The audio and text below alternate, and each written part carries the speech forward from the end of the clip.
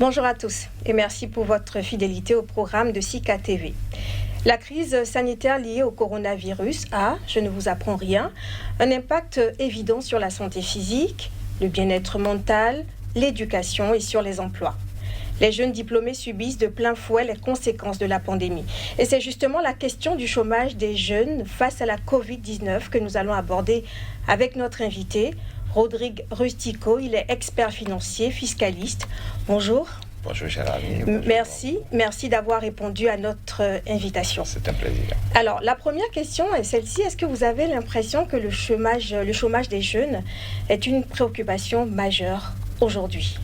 Écoutez, avant d'ailleurs la pandémie, le chômage des jeunes était une problématique et la résolution n'était pas là. Et quand cette crise sanitaire est venue, vous comprenez avec moi que le chômage des jeunes a pris également un coup. Et donc aujourd'hui, c'est une préoccupation majeure et autour de laquelle il faut échanger, il faut discuter pour trouver les approches de solutions. Est-ce que vous avez l'impression qu'en Afrique, justement, on parle plus de morts, plus de vaccins à l'heure actuelle? Est-ce qu'on parle justement de cette question Oui, malheureusement, en Afrique, on ne parle pas encore tellement des portes de sortie par rapport à la jeunesse, parce que la jeunesse étant dans un premier temps délaissée, elle se voit aujourd'hui face à une crise sanitaire qui ne lui donne pas des opportunités, parce que comprenez avec moi que déjà la formation de la jeunesse posait un problème et la pandémie est venue également salir un peu cette histoire-là. Donc, l'un dans l'autre, vous comprenez avec moi que les dirigeants n'ont pas encore trouvé la solution pour la jeunesse. Et donc, il va falloir que la jeunesse réfléchisse autrement pour pouvoir innover et saisir tout simplement cette pandémie comme étant une opportunité de sortie de crise. Justement, nous allons parler en fait des moyens que la jeunesse peut utiliser aujourd'hui pour venir à bout de cette crise que nous traversons. Les secteurs qui sont les plus touchés lorsqu'on parle d'emploi, ce sont lesquels? Alors, vous savez, déjà, il faut comprendre par cette situation de crise sanitaire que nous avons pratiquement 3 piliers qui ont été touchés, à savoir d'abord la réduction des chiffres d'affaires dans les entreprises, dans un premier temps. Dans le second temps, c'est la suppression des emplois et aussi le fait qu'on a différé beaucoup d'investissements. Vous savez, les gens veulent investir parce que c'est quand on investit qu'on recrute. Et voilà que la pandémie est venue, donc on était obligé de différer alors des investissements. Du coup, on n'a pas pu investir. Sous conséquence, beaucoup de jeunes sont à la maison. Et donc, ça, vous allez comprendre avec moi que le secteur le plus touché, c'est le secteur hôtelier. Le secteur hôtelier est très touché, le secteur aérien est très touché parce que c'est des secteurs qui embrassent beaucoup de flux en termes de mouvements et de déplacements. Mais malheureusement, cette crise les a vraiment touchés. Après cela, il y a aussi le secteur de la restauration qui a été également touché. Donc, tous ceux-là qui travaillent dans ce secteur d'activité ont vu drastiquement le chiffre d'affaires baisser. Drastiquement, ils sont obligés de supprimer des emplois, naturellement. S'ils ont l'habitude d'ouvrir des agences encore ailleurs, ils sont obligés alors de sursoir cela.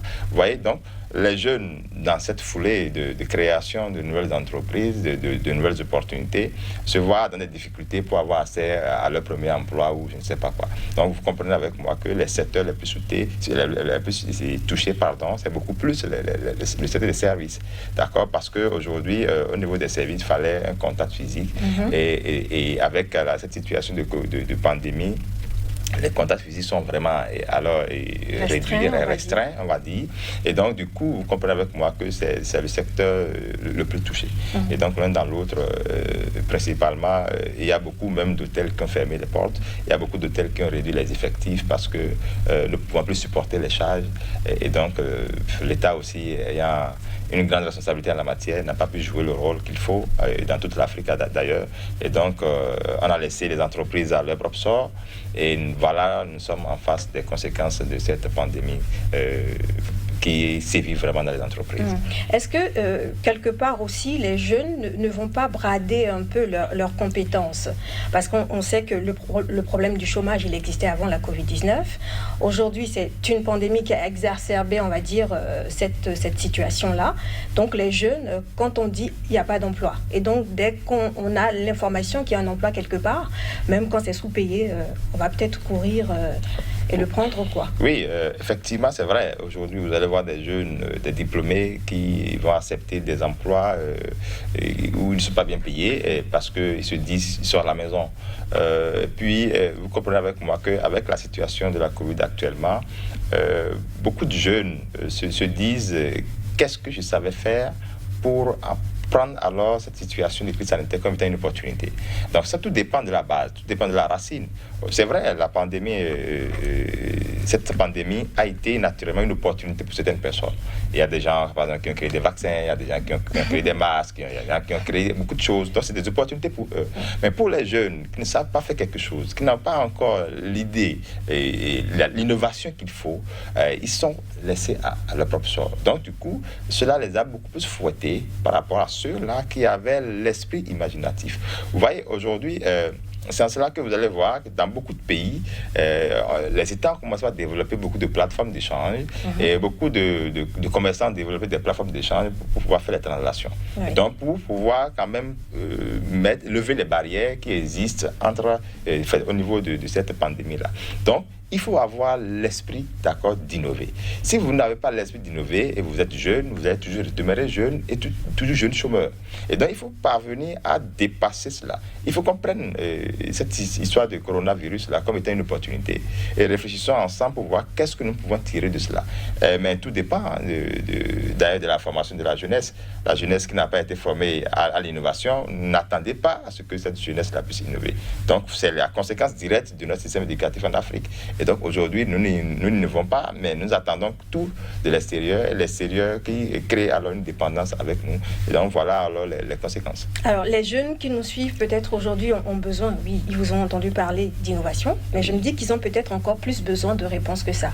Donc vous leur conseillez d'innover, oui. mais plus encore. Quelles sont les réponses qu'eux-mêmes peuvent apporter justement pour faire face à cette crise? Donc il y a l'innovation, c'est vrai. Oui, vous savez, aujourd'hui, le monde de l'entreprise, en fait, c'est de ne pas de l'impréparation. Il faut se préparer pour le cursus, le curricula des formations que les jeunes, nous avons reçus, ne nous permettaient pas du tout d'innover. Mais aujourd'hui, si on vous met dans une situation donnée, vous êtes obligé de réfléchir. Et donc, si on ne prend pas cette situation de Covid-19 comme étant une opportunité, mais passons à côté. Je donne l'exemple très simple en Afrique. Vous allez voir des Africains aujourd'hui qui ont conçu des masques. Tout simplement parce qu'ils se disent, ça c'est une opportunité pour moi de me faire des affaires. Mais celui-là qui n'a pas l'esprit de distinguer le besoin réel par rapport à la COVID-19 ne pourra pas innover. Il va rester toujours au chômage. Oui. Est-ce que justement, innover, créer, est-ce que tout le monde peut le faire? Alors vous savez, tout le monde est né avec du potentiel. Maintenant, il reste à comment est-ce que vous allez alors les mettre en œuvre. Donc tout le monde est né, naturellement, avec des dons.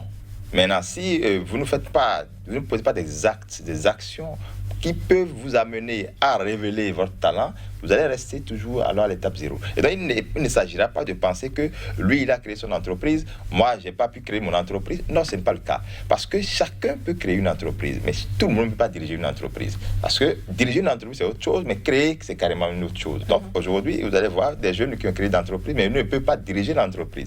Parce qu'ils n'ont pas de projets viables, ils n'ont pas de projets sous la main pour conduire, pour pouvoir pérenniser l'entreprise. Donc, conséquence, ils se voient dans une situation d'impasse. Et conséquence, on crée une entreprise aujourd'hui et 2 ans après, on ferme l'entreprise. Parce qu'on se retrouve encore à l'étape zéro. Parce qu'on a peut-être un parent qui est dans une position donnée, qui vous dit, oui, apporte-moi les papiers de ton entreprise, je vais t'aider pour démarcher, et tu le fais. Parce qu'en réalité, c'est de l'impréparation. Vous voyez, l'aventure entrepreneuriale se prépare. Il faut préparer l'aventure entrepreneuriale et je pense que la jeunesse doit pouvoir comprendre cela, les dirigeants doivent pouvoir comprendre cela et aider la jeunesse à entreprendre. Vous savez, je faisais partie des toutes premières personnes à créer toujours la mise en place d'une banque de l'entrepreneuriat. Je n'ai jamais eu encore ça depuis parce que la jeunesse a besoin de cela. Vous voyez aujourd'hui, toutes les banques que nous avons ne sont pas prêtes pour accompagner la jeunesse. Donc, les jeunes sont délaissés à eux-mêmes, ils montent un bon projet viable, ils vont à la banque dit je ne veux pas risquer. Vous voyez, l'État dit, bon, moi-même, je ne peux pas alors t'accompagner. Vous comprenez avec moi que le jeune se décourage très vite, se demande, mais pourquoi est-ce que j'ai un bon projet, j'ai une bonne idée, je vais voir une banque, la banque n'est pas en mesure de partager le risque avec moi. Vous voyez, donc si on met en place une banque de l'entrepreneuriat, vous comprenez avec moi que cela ne pourra qu'accompagner alors les jeunes là qui ont de très belles idées, tout simplement, qui dorment dans les tiroirs à la maison ou un peu partout. Alors, Rodrigue Rustico, nous sommes à l'ère du tout numérique.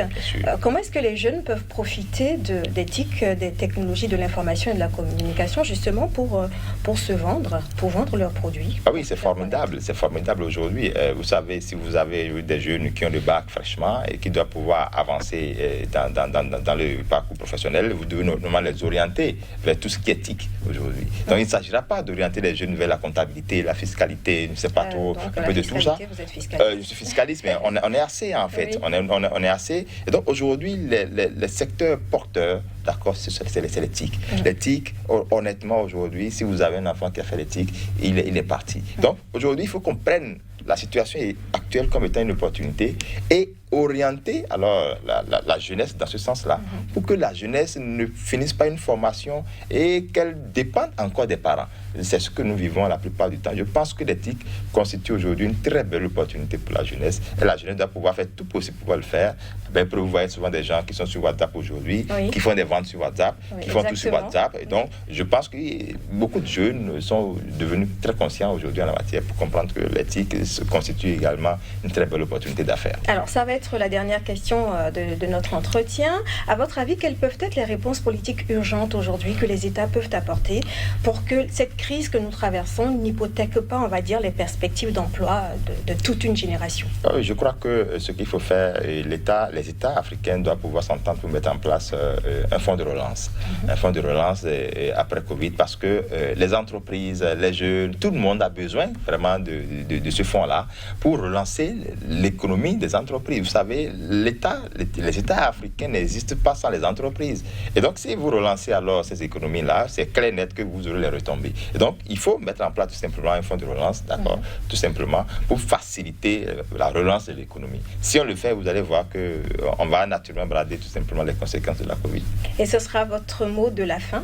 Merci beaucoup, de cet entretien. Merci infiniment. C'est un plaisir. Je rappelle que vous êtes Rodrigue Rustico, expert financier, fiscaliste. Merci pour votre participation à ce plateau. Amis téléspectateurs, merci à vous aussi pour votre attention et pour votre fidélité au programme de SICA TV.